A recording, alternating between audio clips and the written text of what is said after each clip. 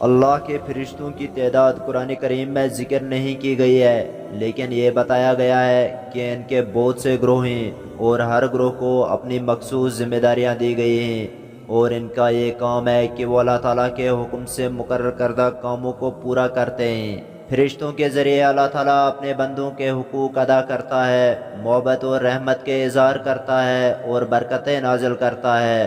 فرشتوں کی عظمت اور زبانیں بہترین لوگوں کی زبانیوں سے بھی بلند ہیں۔ یہ اللہ کے نورانی بندوں کے ساتھ ساتھ زمین پر رہنے والے انسانوں کی بھلائی اور کامیابی کے لیے دعا کرتے ہیں۔ خلاصہ کرتے ہوئے، اللہ کے فرشتے اسلامی عقیدے میں موجود ہوتے ہیں۔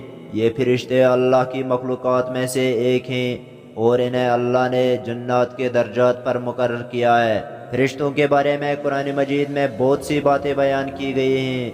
ان کا فرض اللہ کے حکم کے مطابق ہے